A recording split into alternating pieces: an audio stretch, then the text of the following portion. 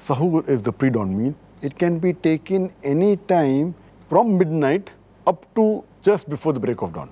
And as the Quran says, which I mentioned earlier, in Surah Baqarah, chapter number 2, verse number 187, eat and drink until the white thread of dawn appears to you distinct from the black thread. So you can have the Sahoor anytime from midnight up to the break of dawn. But according to the Sunnah of the Prophet, it is preferable to delay the Sahoor as late as possible and just before the break of dawn. That is preferable. And there are various hadith mentioning about that.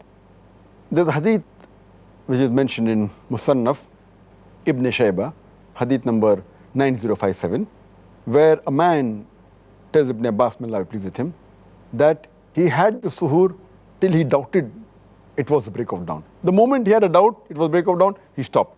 So Ibn Abbas, may Allah be pleased with him, he said that keep on having the meal until a doubt is clarified that the dawn has broken. It's mentioned in Sahih Bukhari, volume number 3, in the book of fasting, hadith number 1921.